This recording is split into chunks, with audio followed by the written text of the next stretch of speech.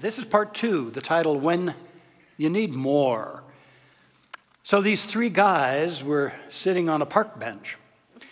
And the guy in the middle was reading a newspaper.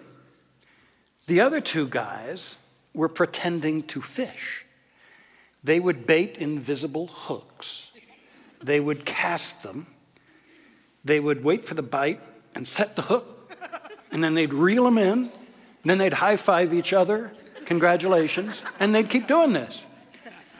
Well, then, at one point along came a policeman, and he watched all this. And he said to the guy in the middle, "Do you know these 2? And they said, "Well, yeah, they're my friends." And he said, "Well, then I suggest you get them out of here." And the guy with the newspaper said, "Oh, yeah, okay." And he put the newspaper down and he began to row furiously.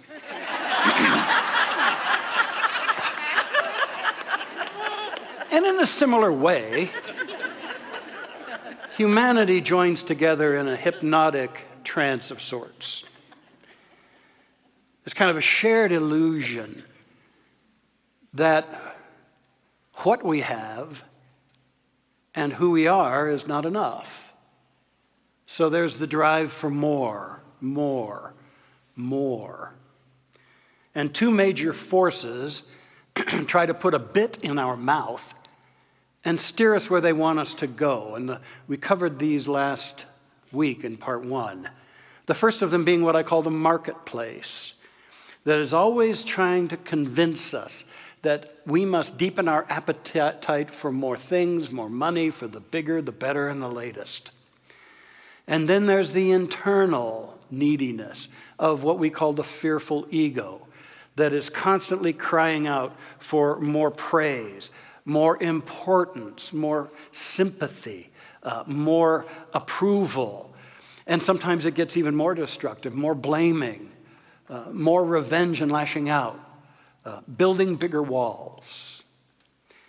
More, more, more. And so last week, our first recommendation, basic to this little mini-series, is explore your more. Explore it. When a drive, a need, a demand for more comes up, what's going on? Are you a puppet whose strings are being pulled by these forces? The real challenge and upshot of it is that what they're trying to lead you to, if achieved or acquired, does not bring the happiness they tell you it will. Because it's an inside job. They don't bring the true power, the authentic peace, and the joy that they are apparently all about. So as we begin to become aware of it and potentially free ourselves from being in servitude to these forces, we can really set about going after the more that is the highest possibility for us. And that is to seek more awakening, more awareness of the essence of truth and reality that is right here, right now.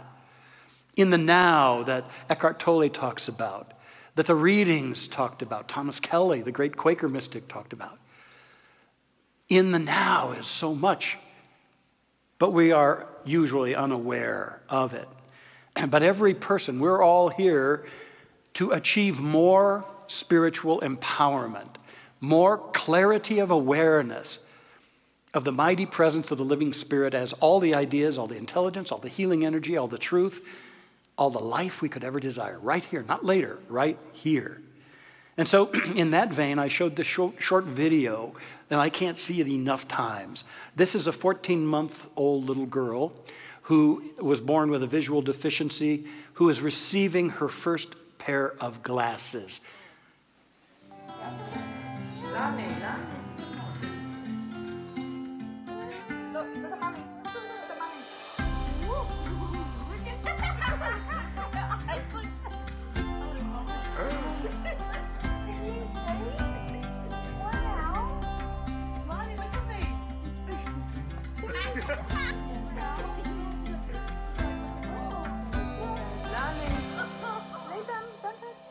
Honey,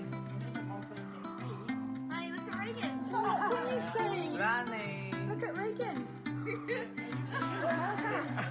Can you see? Wow. Yeah, no, that that is precious in its own right, and yet so true about humankind. and about you and me too much of the time. Jesus said, you have eyes, but you don't see. You have ears, but you don't hear. In the 1 Corinthians it says, we see as through a glass darkly. And it's the collective consciousness of humankind, the prevailing mindsets of most people most of the time, is oblivious. It is in a fog. It's in a fog. Its vision is blurred. We have been taken in by the apparent messages and limitations of conditions and circumstances and the limited message of the evolving human mind, and we're caught up in that and absolutely dulled to the brilliant reality of the light and the power of life itself. Call it God, call it spirit, call it love, call it whatever you choose. But it's here and it's now. And yet we're in this fog. But we can awaken. Well, we can awaken. So last week we suggested that we can use MORE as an acronym, that what we really need are moments of realizing essence. Going beyond the phenomena and the appearances of life to the essence of life, which is brilliant and powerful and contains everything that we need if we can come out of the fog, out of the trance, and embrace it. And the ultimate corrective lens is the heart. If we can learn to perceive, experience, live from the heart, things clarify. We are ushered into a more expansive dimension of life and energy and love and power. And we realize how limited we were and how difficult we made our lives when we lived in this fog, and how much was always given if we could just accept. And when we do, we're like that little girl. It's what I call the wow factor. All of a sudden we realize, oh my God, I've been in the midst of this ocean of ideas and power and beauty and joy, and it was, but now I see. And we have the wow factor, and then we have that kind of an experience that the little girl had of, whoa, look at my life, look at life around me, oh my God. And I want that. All the master teachers, the enlightened avatars and sages came along to say, right in our midst is that which we have been seeking. Right in our midst. So as we go forward a little bit in looking at the power of this today, I want you to know that there's a standing invitation for you and for every one of us. It is perhaps the greatest invitation we have ever been offered or ever will be offered. It was spoken by that master teacher Jesus, who said, come, you blessed of my Father, inherit the kingdom prepared for you from the foundation of the world. What an invitation. Inherit the kingdom that has been prepared for you since before it even started. The good of God, the ideas, the answers, the energy, the love, prepared before you were even birthed. And it's still your birthright. What an incredible invitation. Don't you think we ought to RSVP on that one? Yeah, I do. And go to the party, the real party of life, which is the dance of beingness itself. Oh, we've mastered becoming human doings, but we miss out on the being part of it.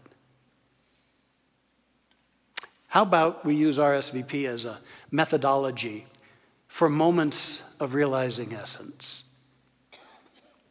R meaning remember.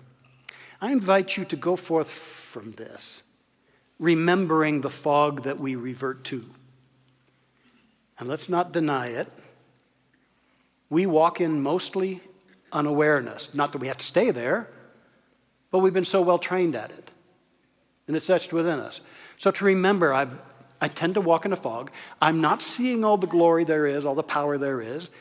And I'm willing to know that so that I can open to something greater. So remember the spell that we can fall into.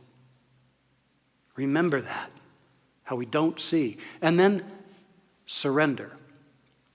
Surrender the limited ideas, the limited notions, the limited acceptances, the limited experience we're having. Surrender all the trappings of the fog and the blur that we walk in, the unawareness that we walk in.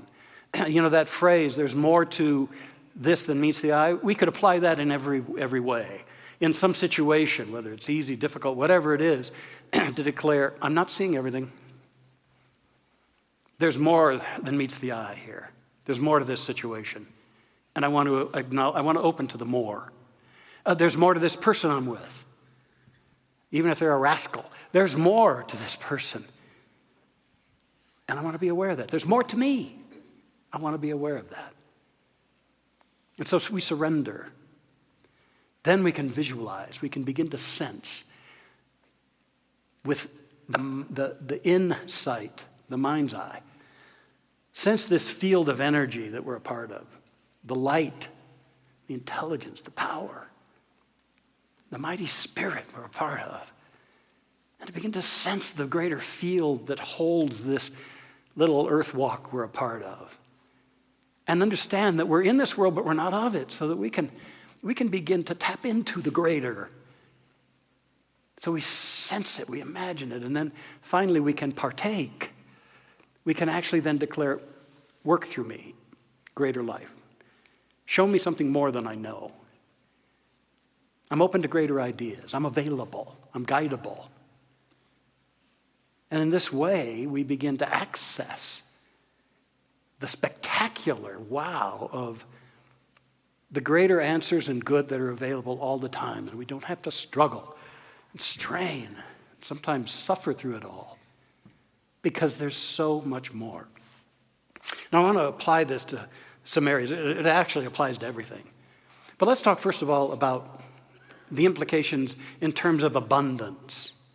Now, that's an area where a whole lot of folks want more, more, more.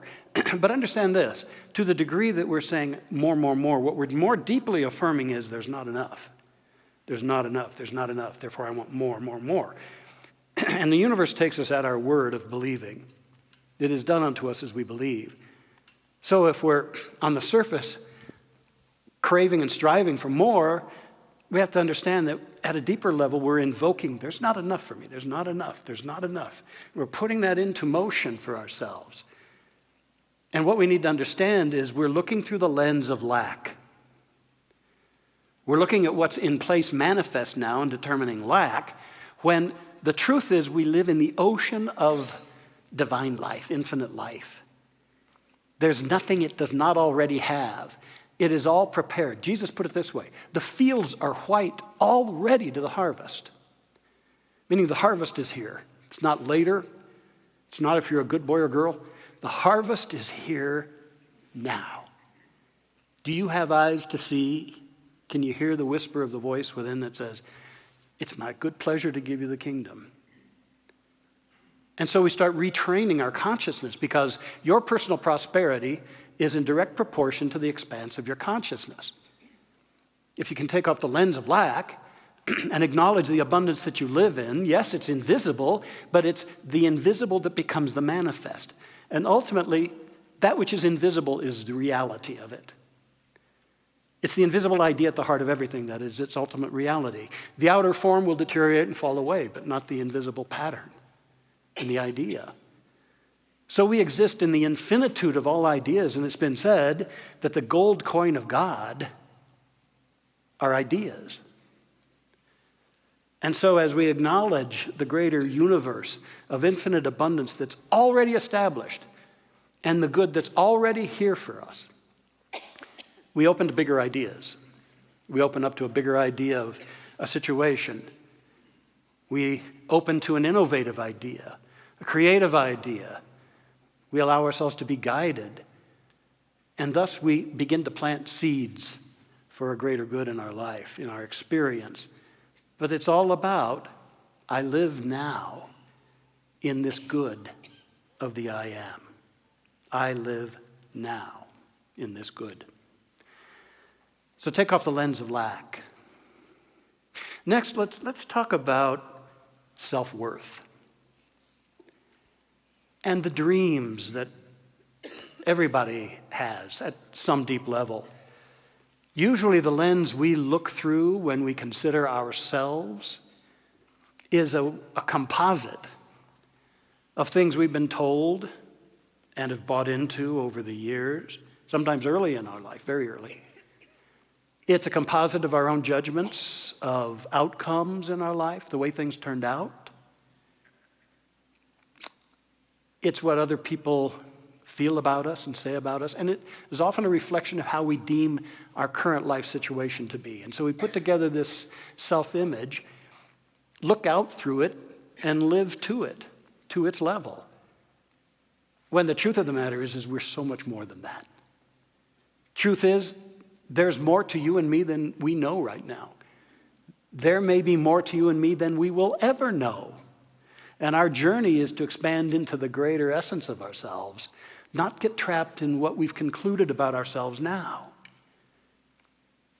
And so we need a healing within that says, I refuse to take myself at the estimation of lack and loss, of setbacks, of other people's judgments, or my own. I wouldn't be here if it weren't for the divine activating itself as me. Dr. Holmes says God has need of you, or you wouldn't be here. You wouldn't exist. We say, what if I'm better than I think? Not in a superiority way, but just in owning the integrity and beauty of my spirit, my soul. And what if that's the lens I can look through? And I can make peace with myself. I can bless the past, even the difficult parts, because it brought me to this fine moment of awakening, but it does not define me. You have a history, but you are not your history. You have a story, but you're so much more than your story. And as we create this space of I accept the spirit I am,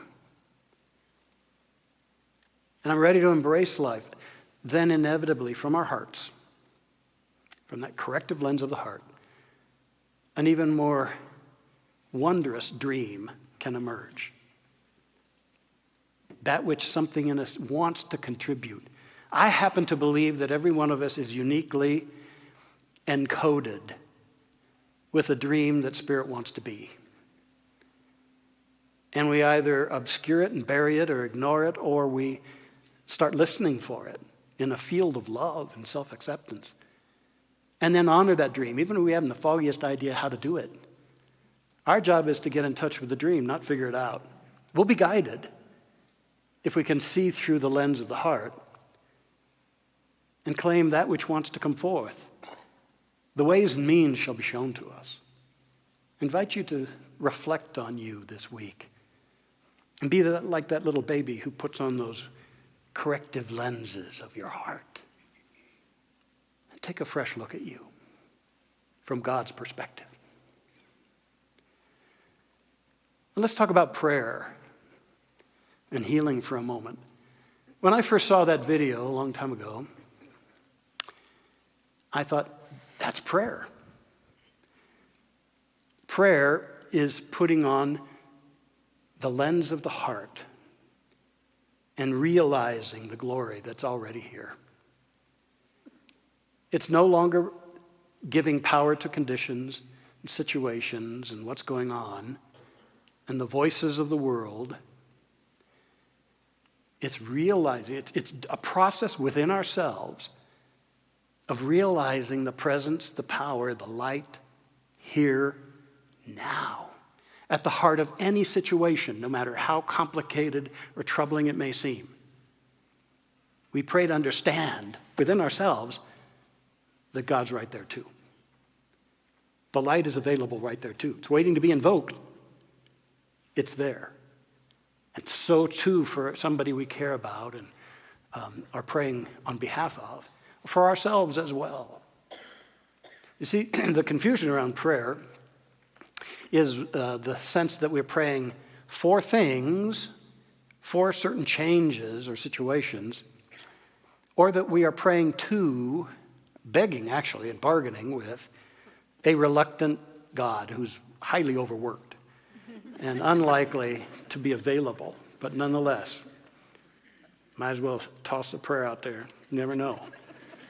And that's the relationship most have with prayer.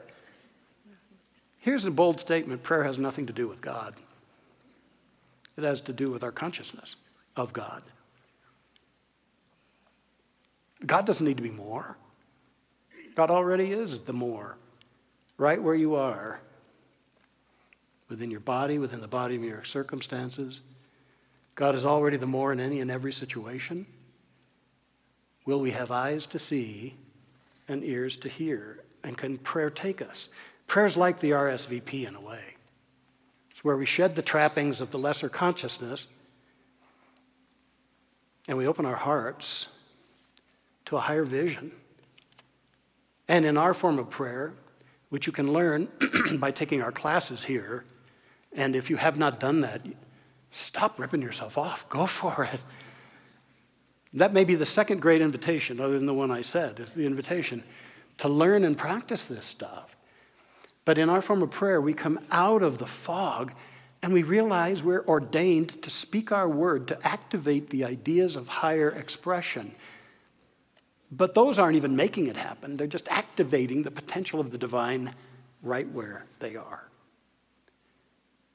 And so prayer becomes this wonderful healing enterprise where we understand that healing is revealing the presence, the power, the glory of God.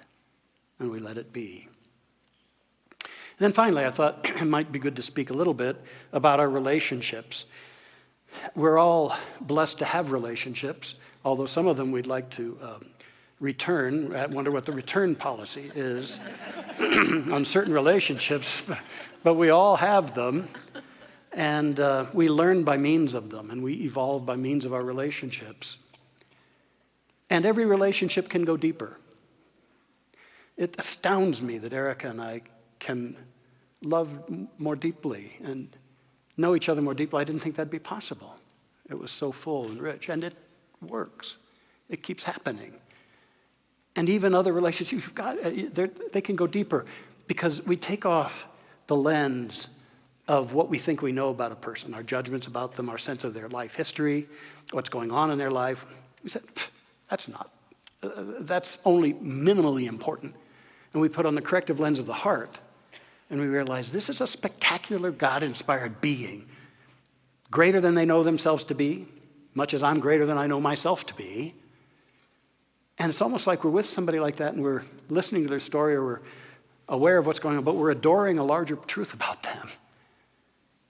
And how beautiful it is to be in the presence of somebody who sees more in you than you can see in yourself. And we can do that for one another. And then we can also heal the relationships where there's been a hurt.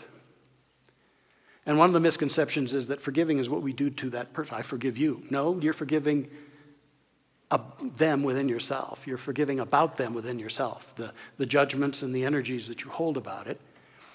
You're forgiving the idea that whatever was said or done had any power to diminish you in the first place, because it doesn't.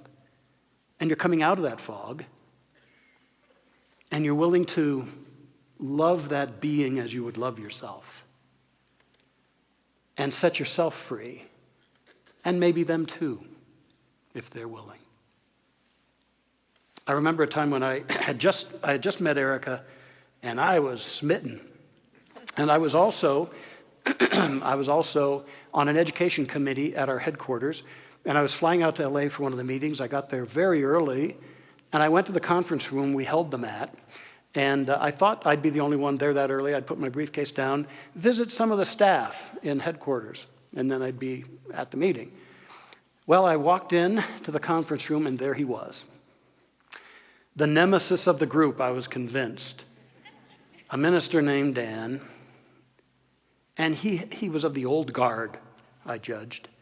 And he was just a troublemaker. Every new idea, every innovation, every creative possibility, he'd just squash it. And there was just this animosity and all of this in the name of God. And it was the meetings were kind of troubling because they were so contentious. And I walked in and I saw him there sitting all alone at the end of this long conference table. And a part of me said, just put your briefcase down on here on this other end and you can get out and he may not even hear you here. But one of the things that happens when you get into this teaching is that there's this little voice. Try as you might to get rid of it, it's there. You gave it permission to homestead. And it said to me, oh, no, you're better than that. You're not, you can do better than this. So I walked down to the seat right next to Dan, plopped my briefcase down and sat down. And he was shocked, because usually I was as far away as I could be from him. And we just sat there quietly for 2 or 3 minutes, and then it dawned on me. I said, Dan, I've seen you at conferences and such with your beautiful daughters and your lovely wife. How are they all doing? And he lit up. And he proceeded to wax profound about his daughter he's so proud of in college, and the other daughter doing so well in high school, and how wonderful they are, and his wonderful wife and her projects. And he just lit up. And then he said, what's going on for you? And I said, I have met a woman, and she's the one. And interestingly, I didn't design it this way, but it looks like I'm going to become an instant dad of these little guys. I'm going to adopt them.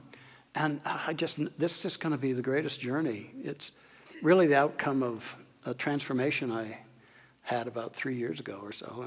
And I'm just so excited.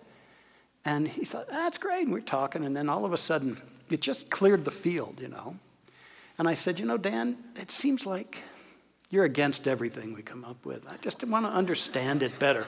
Can you help me understand it? And he said, Roger,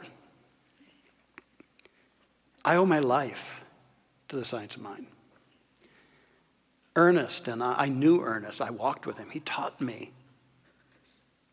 And then he empowered me, an African-American minister, to take over one of the churches here in LA, and he was on my team all the time.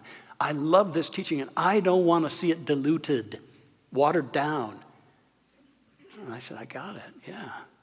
And I said, hey, just one thought is that I think the ideas coming out here aren't about diluting the teaching, but exploring how can we teach it differently and better to a modern audience. How can we deliver it, same stuff, but deliver it in a way that's understood and actionable by people? And he thought and thought. He said, you know what? Okay, maybe I'll be available to that. And there was a great shift in him in the rest of our meetings. I don't know if we ever accomplished anything, but the meetings were more pleasant. They're much more pleasant. And then Dan and I grew close. I delighted when a year or two later I could introduce him to Erica at one of the conferences, and we had dinner with his wife and Erica and I, and then at other conferences subsequently we'd get together and we'd talk, and it was so warm and wonderful. It taught me something. I wept when he passed because our hearts came together. The gulf was illusion, really. See, we share heart with everybody if we want to build the bridge. Where does that apply to you? So listen, gang. We're in the midst of what we have been striving for. And as the phrase goes, that which you've been seeking is seeking you. So now we get to take off the cloudy lenses of how we see ourselves, how we see others, how we perceive the world and situations and experiences. Dealing with what's going on, but always asking what's more here. Having moments of realizing the higher essence that's here. Having those moments when we remember and surrender so that we can imagine and partake. And what will happen is that we can get inspired. We can become receptors. We can attract higher ideas. We can invoke greater solutions than we even understood. We can have healings. More than anything, we can calm that fear that there's not enough and I'm not enough. And then, you know what? Life gets pretty darn good. So it says, a little child shall lead them. I just invite you to always remember that little girl.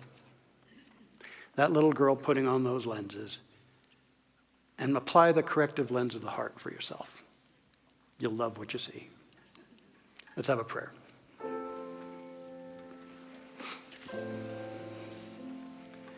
Deep breaths.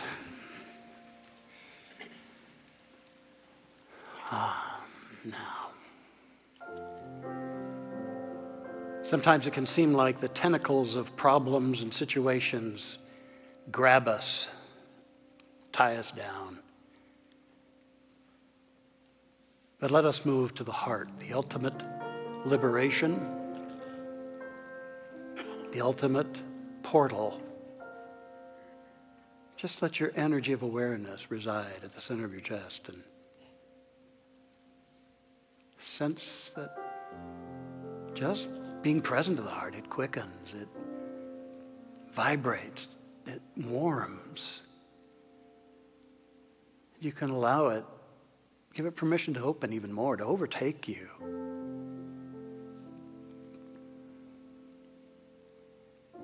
And more as we learn the leadership of the heart,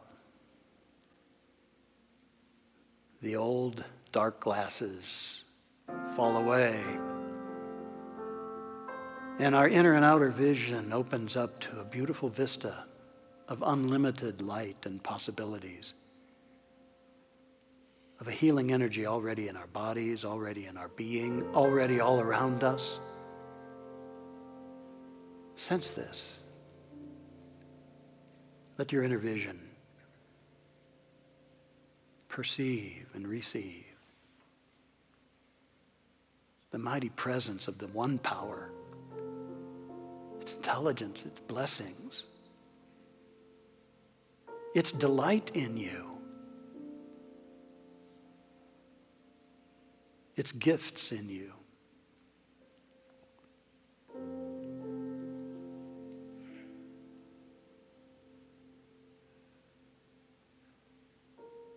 And perhaps you would want to affirm, oh, I give thanks for this homecoming.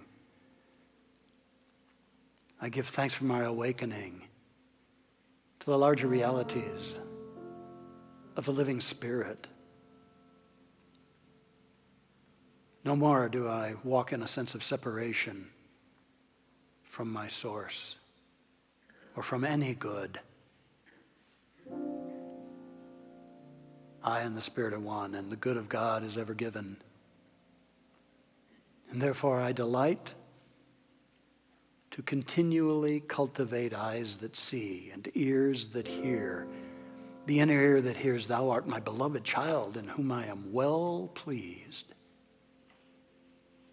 Dream your dream, live your life. Bring higher awareness to whatever you experience, whatever you face. And oh, I receive this message in my heart of hearts and prepare to leave here in a different way, being led by this light divine.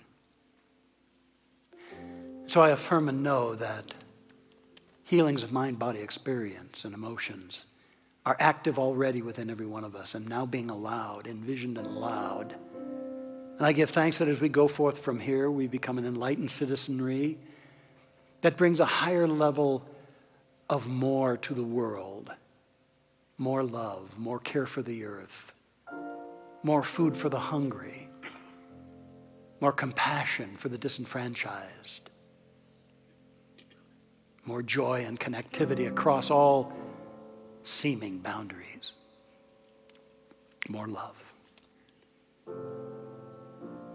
We give thanks for a world where peace prevails. For that is the ultimate truth. And so, knowing this, we give thanks for this transformational shift, knowing that it is a moment-by-moment, joyous journey. Thank you, Spirit. Thank you, life. We release this consciousness into its active unfoldment, letting it be so, and so it is.